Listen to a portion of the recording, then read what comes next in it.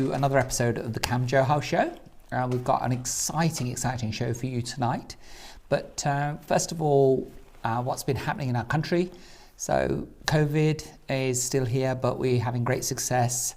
Last week, we actually had more vaccinations in terms of the second injection than the first. So great success in our own country, but not such good news in Europe. So we've got to be very, very careful. And obviously India still has problems and issues, so I don't know whether you'll be able to visit India anytime soon.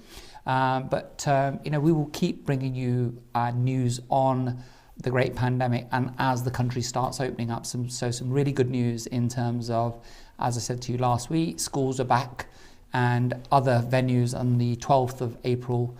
Most shops and outdoor places will open. We'll be able to meet more people than we do at this moment in time. So stay careful. And I'm also happy to news that the Indian community has taken up the vaccine in great numbers, and not so many others. Black Afro-Caribbean community is way behind. The Muslim community is way behind. So, if you are, as I said, go and talk to medically qualified people and allay your fears and be confident that you're taking the vaccine for all the right reasons. But just don't listen to scaremongering within our communities. Don't listen to rumours.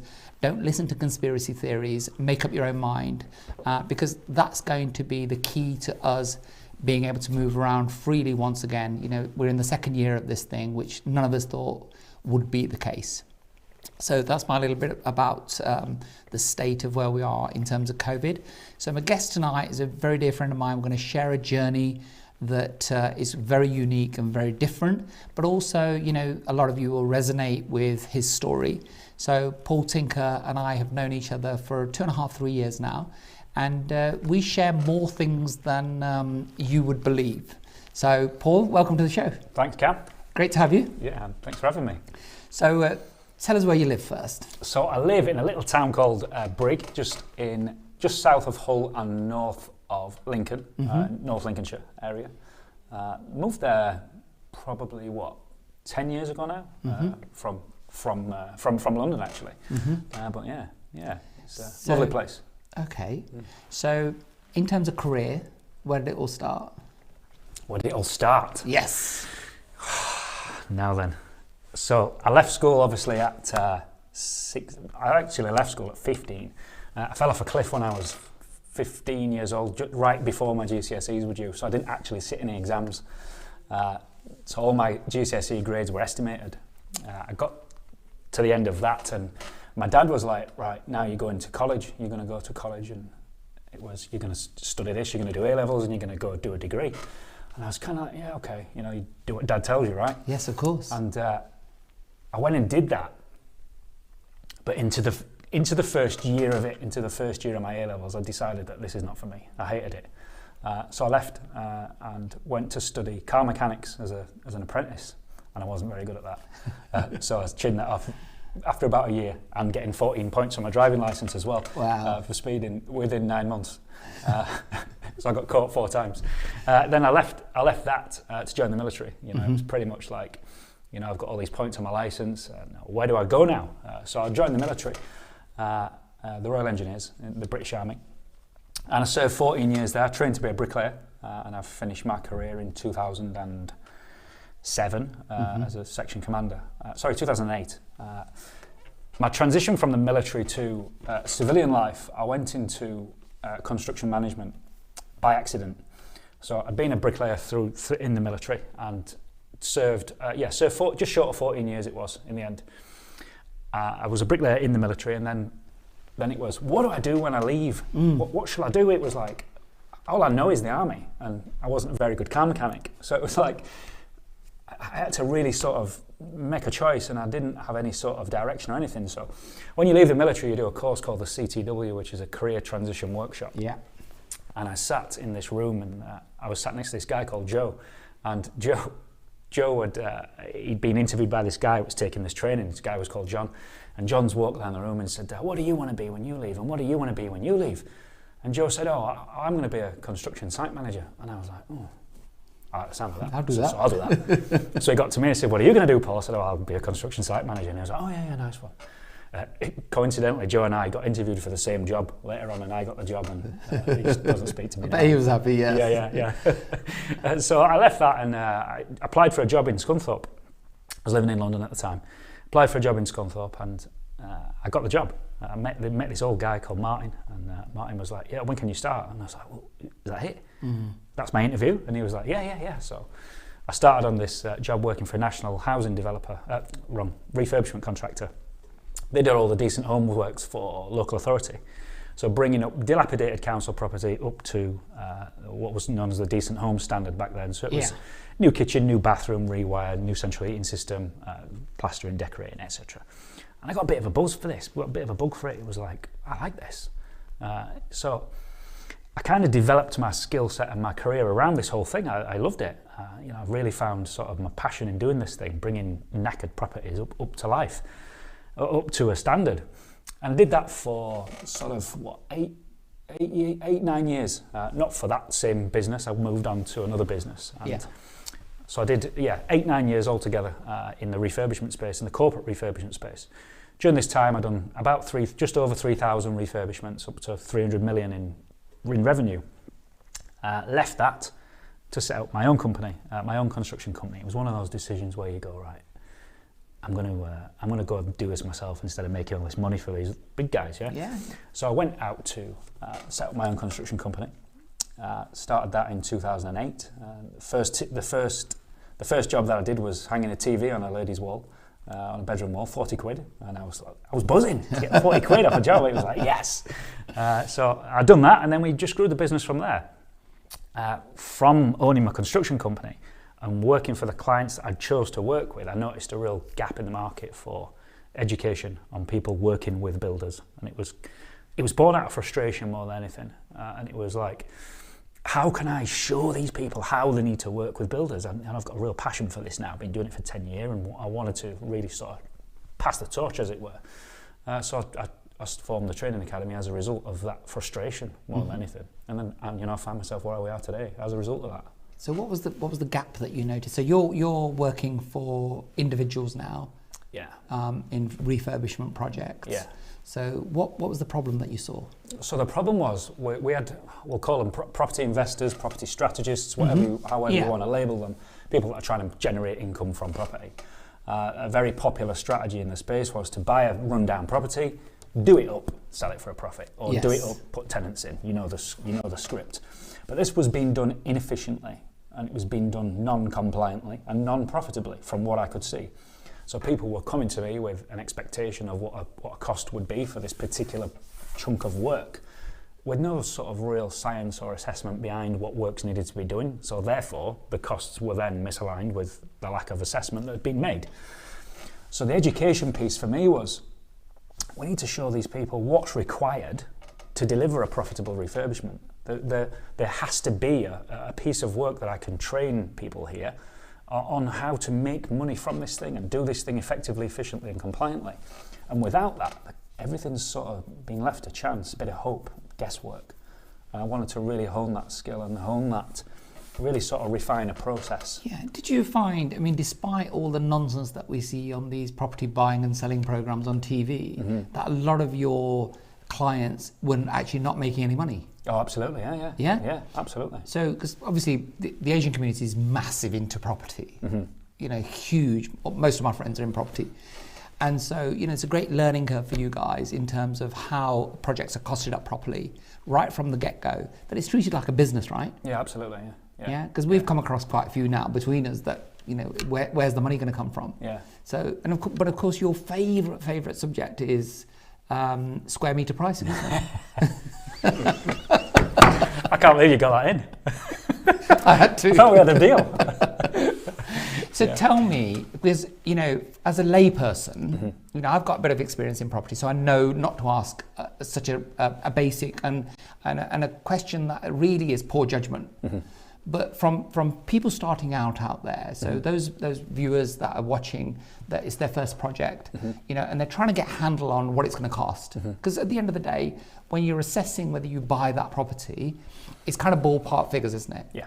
right? So you buy the property and you guesstimate that the refurbishment is going to cost this. And it's so typical to ask a square meter price, right? So, but you, ever since I've known you, have absolutely hated that. Yeah. Tell me why, Paul, that, you know, it's a great mistake, Yeah. So, you know, to be basing your cost structure on that and asking that question of anybody, but that's actually a professional. Yeah, so to base your build cost, we'll call it, on a square metre price, is a square metre price is a total, an absolute guess, because the size of the property, the footprint of the property, bears absolutely no correlation between, there is no correlation between the size, the footprint of the property, the area of land on which it sits, as to what needs to be done to that property. I genuinely do not see where this was even invented, never mind how it's still being used. I guess it's some herd mentality that people have latched onto and kind of gone, yeah, he's doing that, so I'm going to do it. That's why they're all skint, right? Yeah, that's right. Yeah, so let's say that this property is 100 square metres in size. Now, how does that tell you how much plastering is needed? How does that tell you whether it needs a rewire? How does that tell you how many doors need to be changed? You know, so it just doesn't. The two things are completely separate entities. Yes. You know, the square meters in area of the property is only good for working out how much carpet you need. That's it. Brilliant. Yes. Yeah. Absolutely. So for the as you said, the layperson, there's so much to it. There's so much to it to pricing up work. You know, you can't just have a cheat sheet. You can't just have a formulaic approach. Everything is bespoke in a refurb. Absolutely everything, right down to the strategy. You know, dependent upon what your strategy is, dependent upon what you intend to do with that property, is going to wholly govern what you spend on it. Yeah. So for a buy-to-let, Indian investors that we work for, if we're working for an Indian investor that is operating the buy-to-let strategy, generally speaking, they're happy to leave the wallpaper on and just paint it. Ditto Artex ceilings, just paint it, mate. Because they're doing it on a budget, I get that. Yes. But if we're flipping it to sell, we're not going to leave wood chip wallpaper on an Artex ceiling on. If we're going to flip it to sell, we're going to overskim it. Or we're going to strip the wallpaper and then maybe replaster and then decorate. So the two strategies there are wholly different in terms of price and workload. Okay. So goes back to where I normally come in when clients come to me is, you know, begin with the end in mind, right? Yeah, of course. So know what you're going to do with the property. Absolutely. It's the number one decision. That's the first decision we need to make. And so the other thing, of course, is that I suppose from a professional point of view, if you're putting out prices per metre, that's a lazy way of doing it, isn't it? It's absolutely. like, it's the same as people walking into a party and noticing that somebody's a doctor, right? You know, oh, my knee hurts. Oh, this is wrong with it. Yeah. Because he doesn't really care, does he? You're not going to be the client. Yeah. And so you've gotten over that, and you talk much more about the quality of the fit and finish. Because I remember we have a mutual client, or well, two of them, and we were talking about their refurbishment project, and it was going to go over budget. And I said, well, have you spoken to Paul about the quality of the fit and finish? So they said, it's 5-star.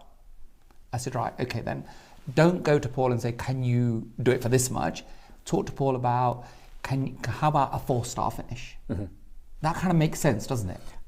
Yeah. As long as what 5-star and 4-star is, we got to know what that is, the definition of that is. Yeah. You know, because your 5-star is going to be wholly different to what mine is. Of course, but it gives you an idea, doesn't it, from a client's point of view? Yeah. That what they're looking for is not absolutely the best, and you can actually respect somebody, can't you? Saying, listen, I haven't got the budget to do this to the Ritz quality. Yeah. But we'll do it to a medium quality that it will do. Yeah, that's a great word you use there, Cam.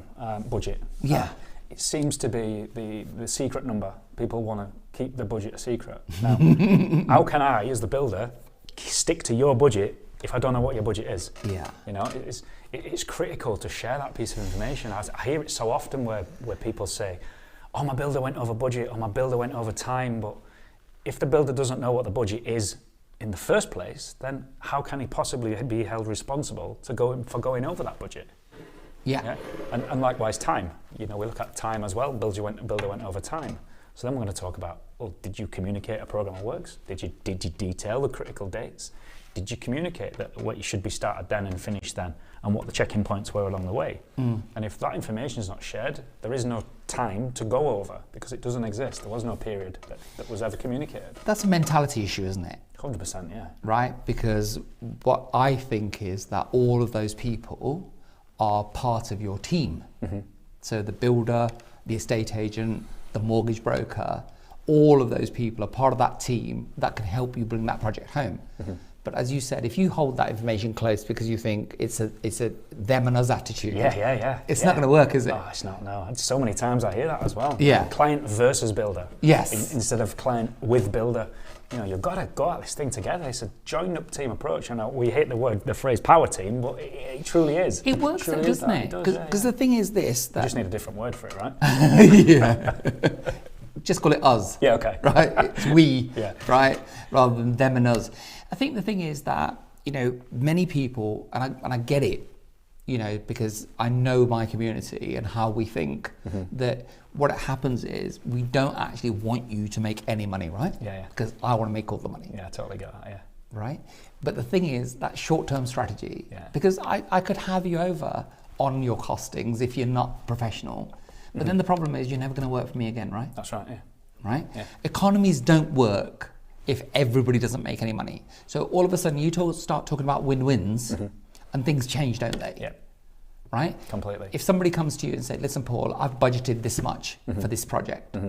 Because the thing is, if I'm doing a refurb, right? So when I buy the property, I know the cost of the purchase.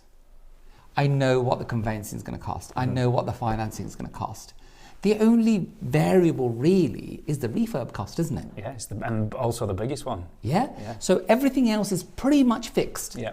And I also, if I go to my estate agent that I'm buying off and say, listen, I'm thinking of doing this, and what do you think it'd be worth? And within about 5-10%, he or she will be able to tell us what that's going to go out at the market at. Yeah, completely. Right? So, and even those people should be part of your team. You know, have them on board, right? So then, to me, the only bit where you're going to make and lose money is the refurb. Yeah. So if you get the wrong builder, if you don't share the information, and if you don't, both of you don't know what the end product's going to look like, that's where all the errors come, isn't it? Oh, completely. Yeah. So how do you educate your clients? Where do you start? So, you know, if somebody does ring you up and say, listen, Paul, I haven't got a clue what this is going to cost. And when should, for our viewers, like I said, lots of property investors and lots of wannabe property investors, where should they start? So you look at the house, you're viewing that with the estate agent. At what stage would you recommend that they bring you in? So in an ideal world, in the builder's shoes, in the builder's capacity, what I'd like to see is your intent. So what you intend to do with that property. I'd like to see a specification, and what I mean by that is you're going to tell me what it is that you want to do to that property, because what you want to do, which may be on a budget, and what I deem necessary to do could be completely different. You know, I'm looking at it through a builder's eyes, you're looking at it through a property investor's eyes. Yes. So your expectations are misaligned right from the off. So that's got to be done at a joined up approach now. So what I'd want from you in an ideal space would be to come to me with a specification, with an exit strategy. This is what I want to do with it. This is what I want to do in there. Now we can start sitting around the table and start shooting some numbers about and fitting the elemental pieces of work within your budget. Now, I think the failing comes from people have attended some sort of property training or done some education, and then come away with this whole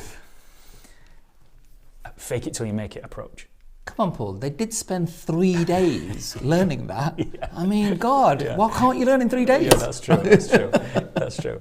And when this inquiry comes across, it's the whole plain. You said it earlier, newbie. Yes. So, but they play that they've been doing it for years, and they come across with this whole, you know, I'm Johnny. I'm trying not to swear now. I'm Johnny, big developer, and I know exactly what I'm doing. I don't need your help. Give me this, give me that. With the real sort of builders can spot it a mile off. They can spot it an absolute mile away. So it's just about being open and honest. You know, come and say, look, this is my first property investment. What do you need from me? What do you need from me to be able to bring some profit in from this project? That'd be a great question to ask a builder. Yeah. What do you need from me? Because the thing is that it brings all of a sudden, it's an open question. Yes. It brings all of your experience. And then all of a sudden, look, if you were, a charlatan, you'd take advantage of that situation. Yeah. But the thing is, I think as human beings, we can pick that up. Yes. Right? So you will know whether that person's trying to have you over or not. You'll feel uneasy. Right? Somebody asks me, how much due diligence should I do on people? I said, look, you can't do due diligence. Yeah, go with this. Yeah, always. What do you feel in your gut? Yeah, always. And if you feel uneasy, don't use them. Yeah. It's that simple. And builders get that from clients as well. Of course. Let's also be mindful of that. Yeah. So, and that's the other thing, isn't it? That, very often we as clients sometimes assume that every builder, every person on earth wants to do business with them. Yeah. Right? 100%. Yeah. But you and I both know you don't want every client, do you? I definitely don't, and I know you don't. No. So the thing is that, as you said, so when you're viewing your first property, tell the estate agent it's your first one, that you're looking to do this with it. Absolutely. Right? Yeah. So is this suitable, or is there any other properties that you have? Because they have properties on their books, right? Yeah. So use their experience. Bring you in if you can, even before you bought the property. Paul, I'm thinking of doing this. Is it economically viable? Yeah. Yeah? Yeah. And then, and again, if you suddenly start looking at a long-term relationship instead of one-off deals, then you don't mind investing that time, even if you ended up going to see 2 or 3 properties with that client. Yeah, that's right. Yeah. Because you're building something, aren't you? Yeah, absolutely. Right? So that's where it works. So the other thing I wanted to pick up with you is that, like you said, you talked about Indian clients, right? We put a tax on you now. Right? So what do you think? Because a lot of my community, they want to watch you work. Yeah. Right? Yeah, so what advice have you got for them? And I understand why. Yeah. Right? But I also understand why they shouldn't. Yeah. Right? Yeah. Because, it's that same old story. When I've got somebody in the office and I'm trying to put something into my computer or my keyboard, suddenly the keys get lost when somebody's there, right? Yeah, totally. Is it like that for you when somebody's kind of standing over? You think, oh, good God. So the question is, what's my advice to clients? Should they or shouldn't they? Yeah. And what do you? How does it make you feel from your end when you feel that you're being watched? I can sum it up in 2 words, and I'll look at the camera for it. Go on. Get out. We don't want the client in there. We don't. Absolutely not. I understand the need, not the need, the want. I get it. You're keeping an eye on people. You want to make sure that people are doing what they're supposed to be doing. But you're just in the way. You're slowing things down. Your presence is slowing things down. Your presence can put guys on edge. We're working for a particular client right now. We spoke about him outside. And he sits in the job all day. Right. He sits there, he's set up a table in the corner, and he's sat in the corner just watching the guys. He's not in the way or anything, but his presence puts guys like, why is he here?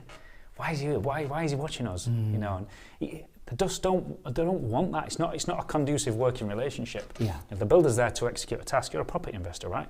You're not a site foreman or a charge hand. Do you truly know what it is that you are looking at? Do you truly know the points that you're making are the valid points? Yeah. Or you're just being nosy. You've got to know why we want to be there. I think that's the piece of work to do there. Yeah.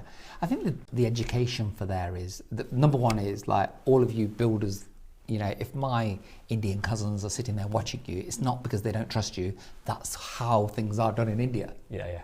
Right? So it's just a custom thing as well. Yeah. So, because I know from that end, you feel mistrusted and you think, like you said, what the hell is he doing here? Yeah, maybe there's a piece of work to do around, we have an Indian client, and he's one of those. He likes to come and sit and watch. And I go, listen, Taz, can you just come on a Friday afternoon or something like that, or maybe on Monday morning? Yeah, okay. And off he goes, and he's happy. You invited him in. He's still getting he's still getting that part. He's still getting that piece. He's still being involved, but he's just not there all day, every day, sat in the corner, watching like that. Like you said, the other thing, of course, is I tend to think that you're infinitely a better builder than I am, and I know finance and property. So I want to be going out to look for another property, not watching you work. Yeah, of course, yeah. Right? So what you want to do is play to your strengths. Yeah, of course. And so, that's another piece of advice for investors is, instead of watching Paul and his colleagues work, go out and look for the next property. Go out and look for selling that property. Go and talk to agents about, look, this property is going to be ready in 4 weeks' time, 6 weeks' time, 8 weeks' time. Let's get it on the market. Yeah. And what else have you got for me next? Yeah, and in terms of, we were talking again, the two lads that are our mutual clients, when that property is 6, 8, 10 weeks away, as soon as the work starts, put it up for sale. Yeah, they're actually putting it up for sale before we even start work. They're going to get some CGI done on it and market it before we start. Yeah. I think it's a great idea. Worthy investment. Well, the thing is this, that as soon as you've got planning permission, it's ready to go, isn't it? Yeah, that's right, because nobody can grab that off you. You know what the finished product's going to be. The other thing is, of course, is that you can get your potential buyers involved. So, and this was, we talked about that on the course when they came. And since then, that imagine then somebody coming in to buy it as a family home, and all of a sudden they want a pink bathroom instead of a white one. Yeah. It's great, isn't it? It's involvement. Yeah, absolutely. The other thing is you have underwritten your investment.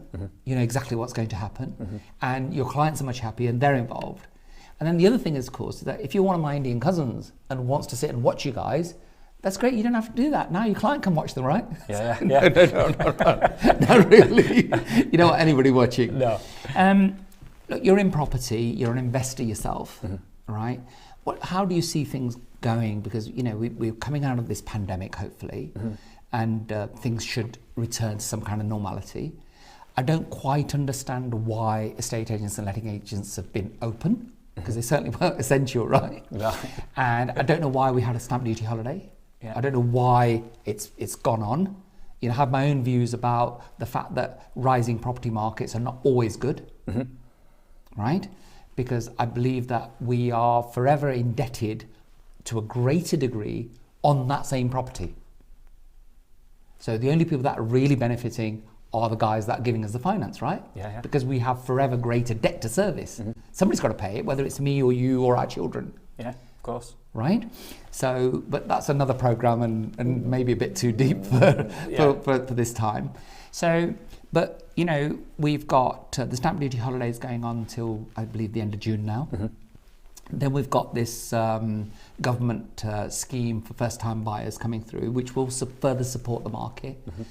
So if we do get some sort of recession or correction, because somebody's got to pay for all the money that's being spent right now and has been over the last year, right? Yeah. Where do you see, the sector that we're in terms of property, where do you see that over the next few years? I don't really know.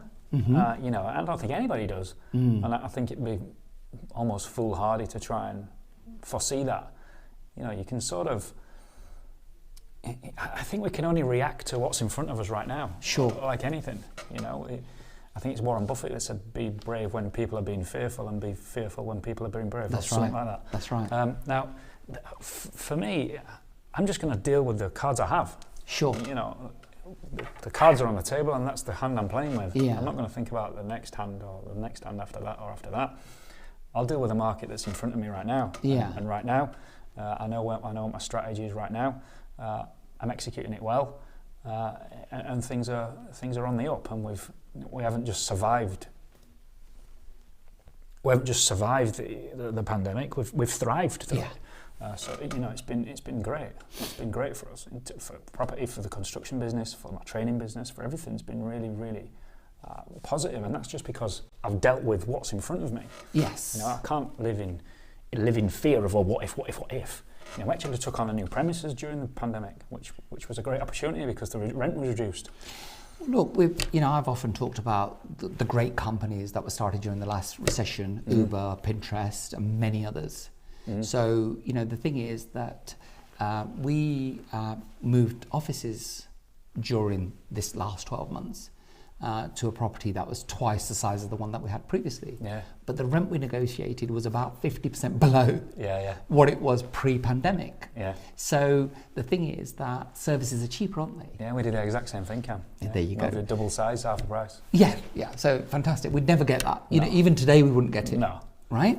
And so there's lots of things that can happen during any recessionary period, or more the pandemic's been about people not knowing what they're doing, right? Yeah, yeah. So, you know, I think it was Darwin that said, if you can keep your head, you know, whilst others are losing theirs, Yeah. you know, you'll do very well. Yeah.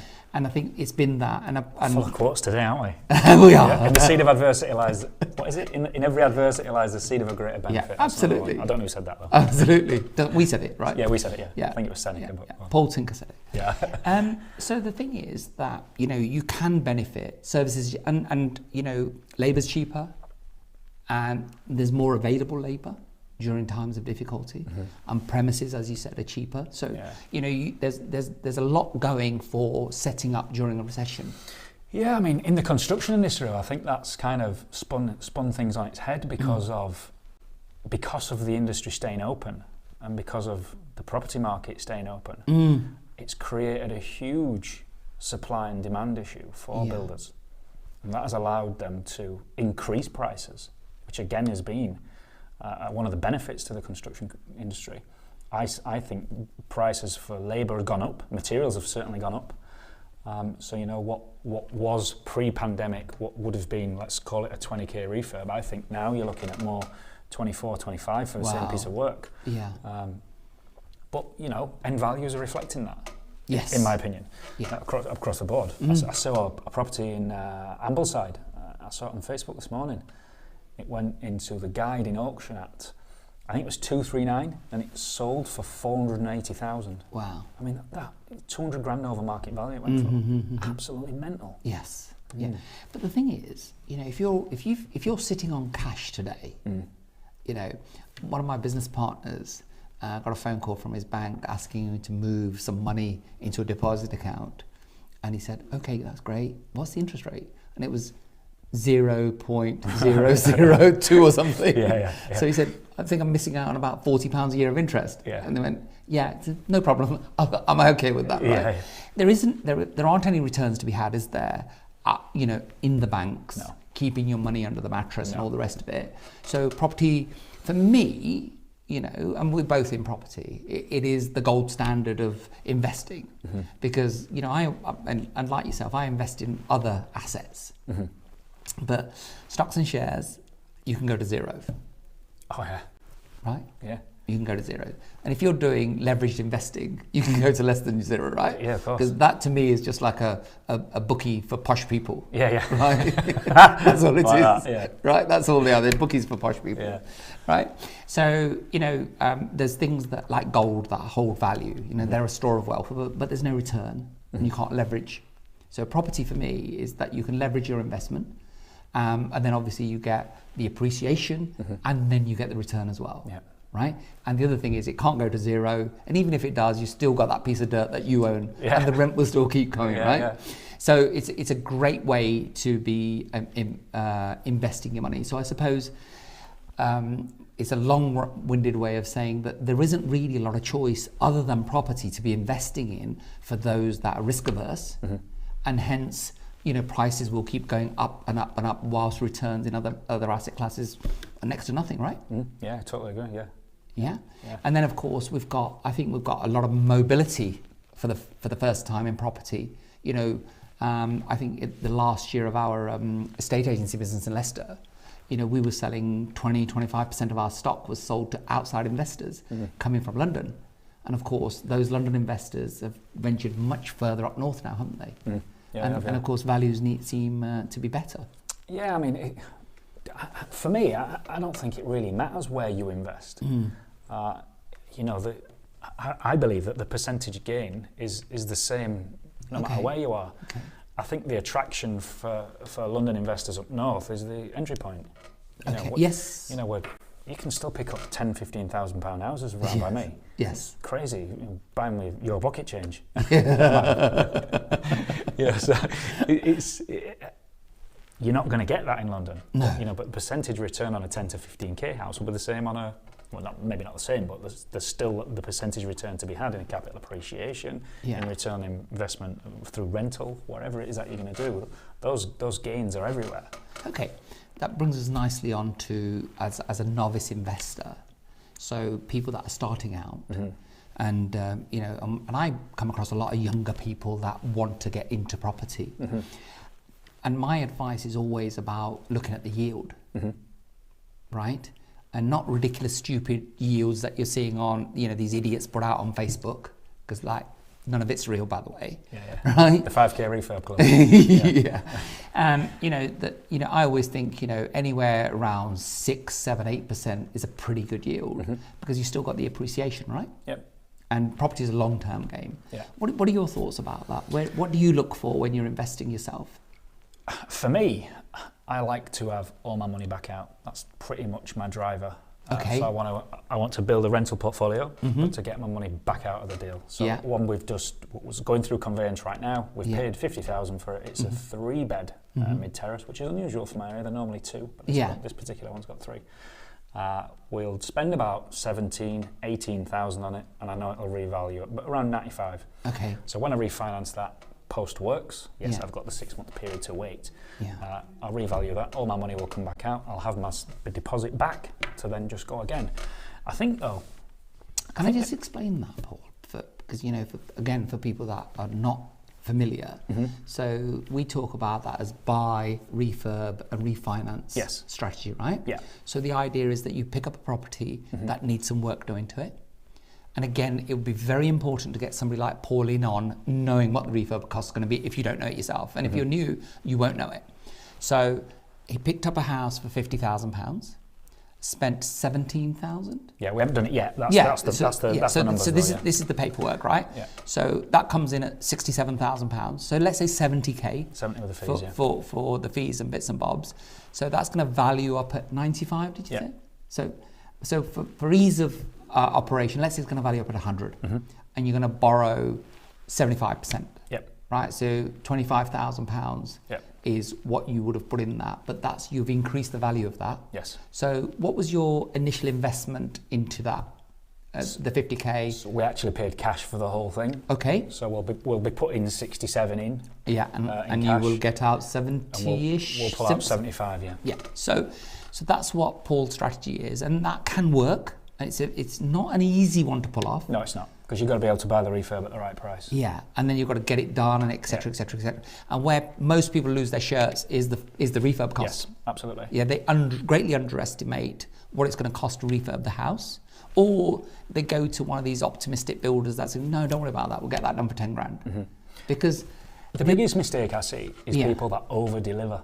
Not only do they underestimate, they also over deliver. Yeah, what do you mean by that, Paul? So I mean, let's say that this is going to be a typical rental property. Now, I know that the last kitchen we did in one of my rentals, the physical kitchen cost me just over 900 quid, 918 quid from our supply chain. But I know people that would have bought that and put a 4K kitchen in. Yes. Now, there's no need to do that. There is absolutely no need to do that. All you're doing there is throwing money away. So every single decision that we make on a refurb, and I try and coach my clients through this, every decision we make, I ask myself 2 questions. Will this increase the end value? Will this increase the rental income? If I'm saying no to either of those, I'm not doing it. Yeah. It's really simple. But I think the thing is that, and I used to see this, and it used to make me laugh on these TV programs. And I think the problem is that when you're doing especially your first few properties, people get attached, don't they? They get emotional. Yeah. Right? And they think they're building a house for themselves. Yeah, it's because I sat in the corner watching. Yeah. Right? So they forget that it's a business. Yeah. That it's got to offer a return. Yeah. I love doing property. Well, you don't love doing property for nothing, do you? That's right? It, yeah. You might do that with your own property. So I think that the issue is, getting it in their heads that it's a business. And as you said, and the other thing, of course, is that goes back to where we started. You get a good builder on board, that advice could save you much more than whatever the premium is for employing an experienced good builder than to have somebody that's new that says, okay, fine, I'll put that 4K kitchen in. Yeah. Right? Yeah. Because it's not their project, is it? That's right. Yeah. Change as well. Change is another huge cost. Yes. On a particular project that we're working on at the minute in North Yorkshire, we fitted the kitchen for him. The client specified the kitchen. We've been and bought it. We fitted it. He's done a site visit, and he doesn't like the worktop. And it was like, and what? You're selling it. Why do you care about? It looks good. It's new. Leave it. No, I don't like the worktop. I'm going to change it. And it was solid white, and he's now having it changed for a white with like a marble fleck through it. Of course. And he's added, I think that the cost of the replacement is coming at around 420 quid, something like that. I mean, that's only 420 quid. But the compound effect here, you start doing that on every property, or in every elemental piece of work. Before you know it, you've spent £5 too much on every project that you've done throughout the year. Yeah. If you do 6, that's 30 grand you've spent that you didn't need to spend. But again, that it comes down to not understanding the basics of business, isn't it? Absolutely. Right? Yeah. That you don't know why you're in there. Emotionally attached. Yeah, emotionally attached. Totally. And you don't know the end game of where you want that to end up, right? So all of those things. I do quite a lot of work around business and the emotions around business, because the property part for me is quite an easy thing. I find that quite easy to teach. Yeah. But the emotional part, because you've got to get rid of a lot of stuff that people have when they come with, of all the reasons why they want to be in property. Because to me, I'm not really interested in piles and piles of bricks that then constitute a building. I just want the dough. Right? Yeah. What are you in it for? We're not looking for a cure for a major disease. We can't say it's really the most satisfying thing in the world unless you're building your own house for yourself and you don't think about the profit, right? So it's a business at the end of it. So you shouldn't forget that, right? That's right, yeah. I mean, you asked a question earlier about newbies earlier. You brought it to the front of my mind now, saying that before you make the decision to get in a property, you've got to be passionate and enthusiastic about it. If you require motivation, if you require motivating to do property, you shouldn't be in it. No. Go do something else. Yes. Go do something else that you're intrinsically passionate about, intrinsically enthusiastic about, that makes you do this every day. It makes me get up in the morning, put fire in my belly and go and do the work. Yeah. I want that daily. But tell me something, Paul. Somebody might say, well, that's easy for you to say. You're successful and, there's money in the bank. But somebody that's just starting out, because I get that, it's all right for you, right? Yeah.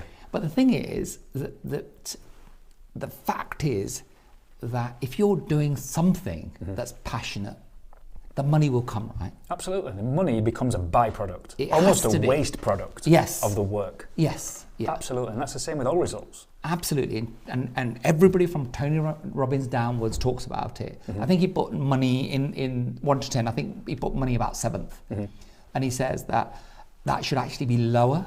He would put it even lower now. Here's a guy that's, worth $500 million or whatever it is. And that's what he talks about it. The thing is, it's very important, isn't it? Don't say it's all right for you. Just think, why is this guy saying this? Yeah. Right? Yeah. So on Tuesday, I got home at 5:30 from the film shoot. And I was with my business partner, Pete Bell, and he also got home at 5:30. And when we left, the crew and everybody was still there. If you're not passionate, you're not doing that, are you? No, you're not. No. All the tea in China will not keep you there. No. To do that, right? Yeah. So nobody's getting home at 5:30 in the morning from their job, and we were obviously in the office from 8:30, 9 o'clock the previous morning.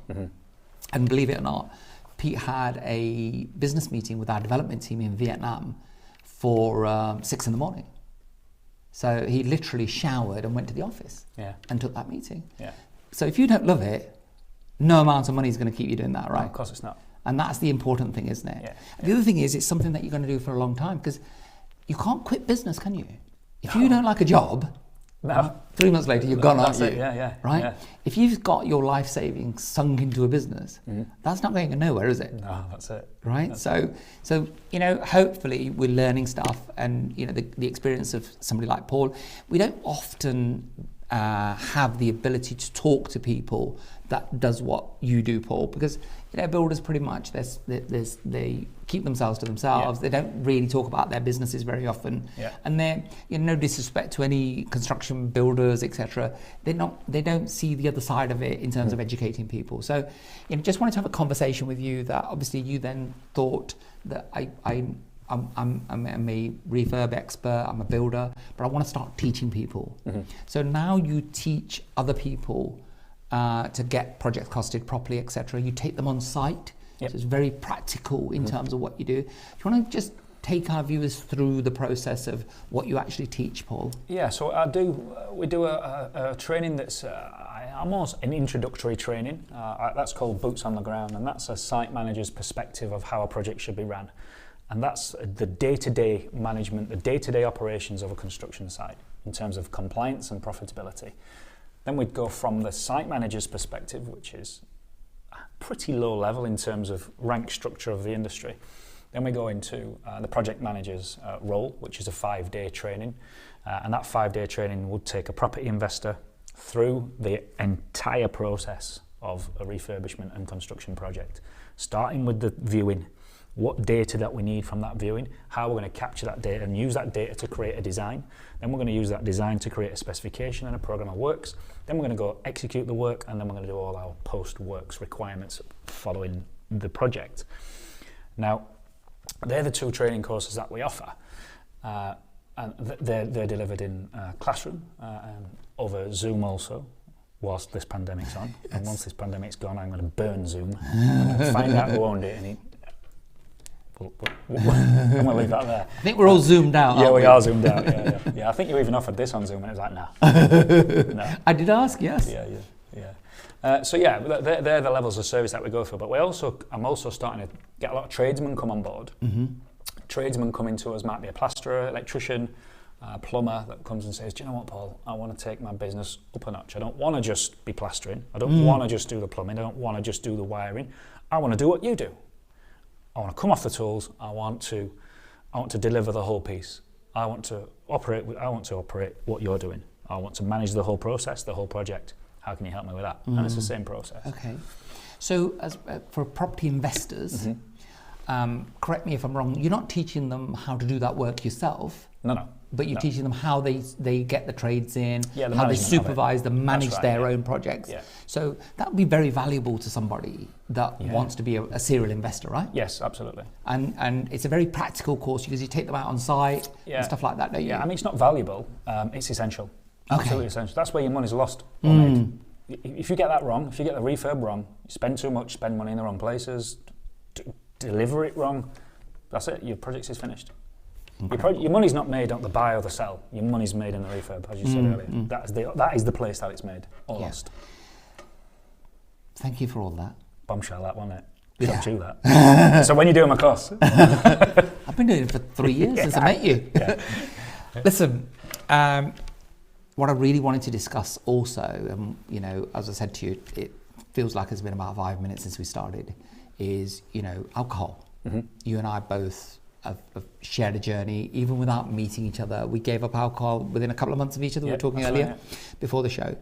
Tell me what effect that's had since you gave up alcohol on your business life and on your family life for viewers, because in my own community it's a massive issue. I think it's a bigger issue than we want to admit. Yeah, I mean, likewise, I won't call it my community, I'll just call it my sort of my lifestyle almost. So in the construction industry, drinking is a big thing. In the military, drinking was a huge thing. Yes. And so I kind of never ever recognised it as anything wrong, as an issue or anything like that. It was more, it's just who I am. I'm Paul, I drink. It's just like, I've got brown hair, I drink. It's just one of them things. It was just me. I guess it was my identity. I was a drinker. You kind of excuse the behaviour almost. You kind of try and justify the fact that you drink heavily. Now, having the awareness and the acceptance of, do you know what, I've got a problem here. I need to knock this on the head. And going through that journey was hard. It was, as you know yourself, it was a hard thing to do. But the impact, the result of it was phenomenal. Not only did it save me around 11 grand a year, in monetary terms, that's what we were spending between the wife and I. Just my focus, my drive, my health, my fitness, my everything. I often get this phrase wrong, but I'll try it. My French, it's a bit of French. My raison d'etre used to be booze. Yes. I lived for it. I'd come off the trowel at 3 o'clock in the afternoon, straight to the pub. Yeah. That was my life, and I loved it. I thought I loved it. Yes. I used to fly to work when I was working in the corporate space. I used to get on a plane from Aberdeen, Wick, down south, and fly into Humberside. And if I was flying on Eastern Airways, the wine was free. It was great. Coming back from work and a bottle of wine on the way back, and then trapping home from there.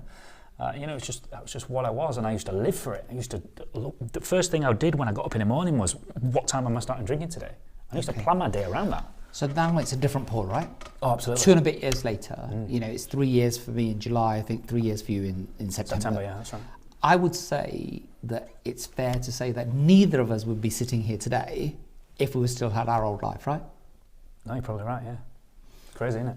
That's all we have time for today. Yeah. I'm being waved at constantly through that screen, so screaming at me. No way, is that it? That's it, Paul. Wow. And look, we'll have to come and pick this up another day in terms of the alcohol and the journey. I'll definitely do that for you guys in the future. So next week's show got an amazing guest, a client of mine, Malvin De Gea, who'll be sharing his property journey and how he's doing. He's a local boy. But today, that's all we have time for. Thank you so much for watching, and we'll see you again at the same